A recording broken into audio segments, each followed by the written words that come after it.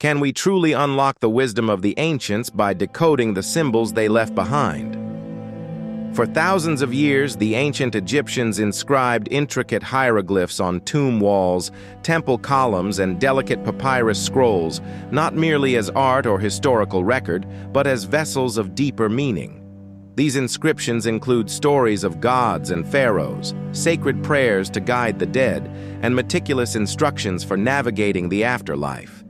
Yet beneath the surface lies something even more profound, a rich and sophisticated philosophy that explores the nature of existence, the journey of the soul, and humanity's relationship with the divine. These symbols are more than relics of a lost civilization. They are keys to understanding how the Egyptians viewed life, death, and what lies beyond. When we think of ancient Egypt, certain iconic images immediately come to mind. Towering pyramids rising from the desert sands, elaborately wrapped mummies buried with golden treasures, and a pantheon of gods with animal heads and cosmic powers. These symbols have captivated imaginations for centuries. But beyond the physical grandeur and religious mystique, the ancient Egyptians also left behind something far less visible, yet arguably just as profound: a rich legacy of thought, insight, and philosophy.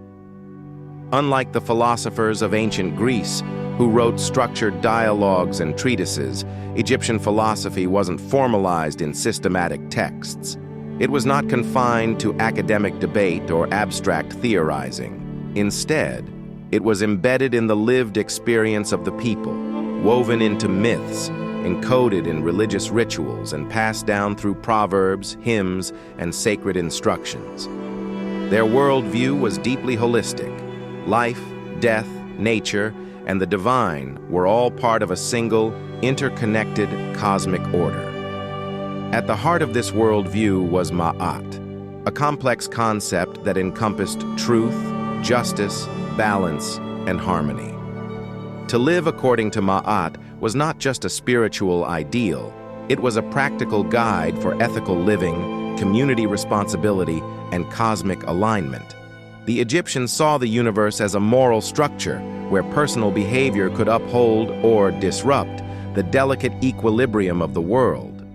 To explore this ancient wisdom, we turn to two key texts that reveal the core values and philosophical beliefs of this remarkable civilization. The first is the Book of the Dead, a collection of funerary spells, incantations, and prayers designed to guide the deceased through the challenges of the afterlife. Far from being just a manual for the dead, this text reflects a broader philosophy of life, emphasizing the importance of ethical conduct, self-knowledge, and preparation for the soul's journey beyond the physical realm. The Book of the Dead wasn't a book in the modern sense. It wasn't a single fixed text, nor was it bound between covers. Instead, it was a fluid and evolving collection of spells, prayers, hymns, and ritual instructions, written on papyrus scrolls and often customized for each individual. These texts were placed in tombs to serve as a spiritual guidebook, helping the deceased navigate the complex and perilous journey through the Duat, the Egyptian underworld, and ultimately reach the eternal afterlife. But beyond its practical function as a manual for the dead, the Book of the Dead carries a deeper philosophical message, one that's profoundly relevant to the living. At its core, this collection of spells is not just about what happens after we die, it's about how we should live while we're still alive. The text reflects the moral and spiritual worldview of the ancient Egyptians, that one's behavior on earth shapes the destiny of the soul beyond the grave. The centerpiece of this sacred journey is one of the most powerful and iconic scenes in all of ancient Egyptian religion, the weighing of the heart. In this ritual, the deceased stands before Osiris, the god of the afterlife and divine judge of the dead. Beside him is Anubis, the jackal-headed god of mummification and protector of souls. Anubis performs the critical task of weighing the heart of the deceased on a set of golden scales. On the opposite side of the scale lies the feather of Maat, the goddess who personifies truth, justice, cosmic balance, and moral order. This is no mere metaphor, it's a spiritual reckoning. The heart, believed to be the seat of memory, conscience, and intention, must be lighter than or equal in weight to the feather. A heart burdened with guilt, deceit, or wrongdoing tips the scales and fails the test. In that case, the soul is devoured by the monstrous Ammit, a fearsome hybrid creature with the head of a crocodile, the body of a lion, and the hindquarters of a hippopotamus, symbolizing utter annihilation. There is no punishment, no torment, only the erasure of one's existence, a return to non-being. But if the heart is in balance, free from the weight of lies, cruelty, and injustice, the soul is deemed worthy. It passes into the field of reeds, a lush, idealized version of Egypt, where the soul enjoys eternal peace, surrounded by loved ones and sustained by the blessings of the gods. This central ritual is far more than myth. It embodies the Egyptian belief that the universe is governed by moral law. To live well meant to live in accordance with Ma'at, not just obeying rules, but striving to be in harmony with the world, to act with honesty, kindness, humility, and self-control. So while the Book of the Dead provided guidance for the soul after death, its ultimate message was a moral one for the living. Live in truth, live in balance, live so that your heart will not betray you in the end. So, what's the guiding philosophy behind this? At its core, it's a simple yet profoundly transformative approach to life. Live in balance. Strive for harmony in all aspects of your existence: mind, body, spirit, relationships, and environment. Avoid extremes and nurture what brings you inner peace and sustainability. Speak and live truthfully. Embrace honesty, not just in words, but in thought and action. Be authentic, transparent, and courageous enough to confront reality, even when it's uncomfortable. Honor the cosmic order, or Ma'at. Recognize that there is a natural law, an underlying rhythm to the universe. In ancient Egyptian thought, this was called Ma'at, a principle of justice, balance, order, and righteousness. To live in alignment with Ma'at means to act with integrity, fairness, and awareness of your place in the greater whole. The second is the instruction of Amenemope, a lesser-known but deeply insightful text, written in the form of fatherly advice to a son. It covers themes such as humility, patience, integrity, and the dangers of greed and impulsiveness. Its tone is moral, reflective, and surprisingly modern, with echoes of wisdom traditions found in later cultures, including Hebrew scripture and Stoic thought. The instruction of Amenemope stands as one of the oldest known works of ethical and philosophical literature in human history. Composed during Egypt's New Kingdom period, likely between 1300 and 1000 BCE, it predates many of the world's foundational moral texts and offers a rare glimpse into how ancient Egyptians understood virtue, character, and the human experience. Unlike religious scriptures or funerary texts, the instruction of Amenemope is not focused on gods, rituals, or the afterlife. Instead, it belongs to a literary tradition known as wisdom literature, practical philosophical writings meant to guide personal conduct and social harmony. Structured as a set of teachings from a father to his son, the text reads like a thoughtful and intimate transmission of life lessons, crafted to prepare the next generation for the challenges of adulthood, leadership, and self-mastery. What makes this text especially remarkable is its timeless relevance. It doesn't preach dogma or demand blind obedience to divine authority. Rather, it encourages discernment, patience, and humility. It teaches the importance of integrity in a world full of temptation and injustice. It warns against arrogance, greed, and the abuse of power. And it urges the reader to seek wisdom not in loud ambition, but in quiet reflection. Amenemope's philosophy, is grounded in the belief that true strength lies not in wealth or status, but in the ability to remain calm, fair, and compassionate, even when the world around you is not. His teachings reflect a deep psychological and moral insight, and they resonate strongly with later traditions, including the biblical book of Proverbs and elements of Stoic thought. Here are a few key teachings from The Instruction of Amenemope. Choose silence over conflict. Better is the poor man who walks in silence than the rich man who speaks in vanity. The text encourages restraint in speech and action, promoting inner peace over reactive behavior. Do not envy or chase the wealth of others. Amenemope warns against the illusion of material gain, advising his son not to follow those who profit through dishonesty, for their success is fleeting and their peace unstable. Practice humility and patience.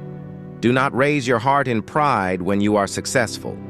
True wisdom, he teaches, is humble and aware of the shifting nature of fortune and life's impermanence. Act with integrity, even when no one is watching.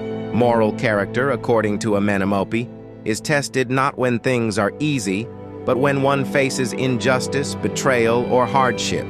In a society deeply concerned with cosmic balance, Ma'at, Amenemope brings that ideal down to a human scale, teaching that moral clarity and emotional discipline are the cornerstones of a meaningful life. At its heart, the instruction of Amenemope is more than a father's advice. It is an ancient blueprint for living wisely in an unpredictable world. Its voice is gentle but firm, rooted in experience and empathy. And even across 3 millennia, its wisdom still speaks. Amenemope's philosophy centers on virtues that feel strikingly timeless: restraint in speech and action, patience in the face of injustice, and the pursuit of inner peace over outward displays of wealth, power, or status. He teaches that true wisdom lies not in dominating others or chasing material gain, but in cultivating a calm and discerning heart, one that acts justly, speaks thoughtfully, and remains grounded amidst life's unpredictability. Rather than glorifying ambition or success, Amenemope advises his son to avoid the traps of envy, arrogance, and impulsive behavior. He warns that the seemingly prosperous path of the greedy and dishonest is ultimately hollow, fleeting and destructive both to the individual and to society. Instead, he promotes a life of quiet integrity, urging his son to align his actions with the natural and moral order of the world, reflecting the Egyptian concept of Ma'at, the principle of cosmic balance, truth, and justice. This moral framework, though rooted in the cultural and spiritual traditions of ancient Egypt, bears striking parallels to other wisdom traditions, particularly the Hebrew Bible. In fact, many scholars have long noted strong similarities between the instruction of Amenemope and the biblical book of Proverbs. Several passages from Proverbs, especially chapters 22 to 24, echo the structure, themes, and even specific wording found in Amenemope's text. For example, both texts emphasize humility over pride, the dangers of dishonest gain, the importance of caring for the vulnerable, and the value of measured speech. They also share a tone of reflective fatherly counsel, intended not just to inform, but to shape the character of the reader. This overlap has led many scholars to believe that Amenemope's teachings may have directly influenced the development of Hebrew wisdom literature. Given the historical interactions between Egypt and Israel during various periods of trade, exile, and political alliance, such cultural and intellectual exchange is entirely plausible.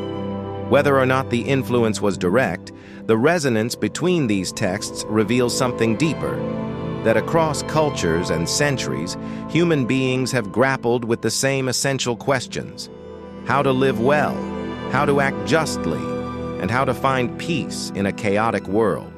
And in that shared search, voices like Amenemope's continue to echo. From both these texts, we see recurring values in Egyptian thought: Ma'at, living in balance and truth; moral integrity, being just, not because of fear, but because of harmony; self-control, wisdom through humility, not ego, preparation for the afterlife, not through wealth, but through character.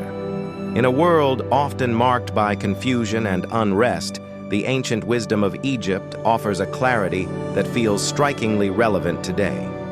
The principle of Ma'at, with its emphasis on truth, balance, and harmony, mirrors our modern pursuit of justice and moral order. The teachings of Amenemope, which counsel patience, humility, and inner calm, echo the values we now associate with mindfulness and emotional intelligence. And the sacred ritual of the weighing of the heart, where one's soul is measured not by fame or fortune, but by honesty and ethical conduct, reminds us that true character is defined by integrity, not outward reputation. Philosophy is not the sole inheritance of the West.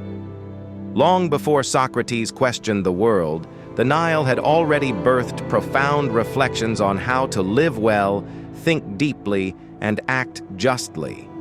Ancient Egyptian thought shows that the human search for meaning, virtue, and wisdom has always been global. Together, these works allow us to decode the ethical and spiritual DNA of ancient Egypt. They show us a civilization that viewed life not merely as a temporary existence, but as a training ground for the soul, a place where moral choices shaped one's eternal destiny, and where harmony with the universe was both a sacred duty and a path to peace. Today, as we face our own global challenges and search for deeper meaning in a fragmented world, there may be timeless lessons to rediscover in these ancient texts. The wisdom of Egypt still speaks, if we're willing to listen. Thanks for watching. If this video made you pause, question, or see things differently, then it did its job. Feel free to explore more ideas here, and as always, keep thinking.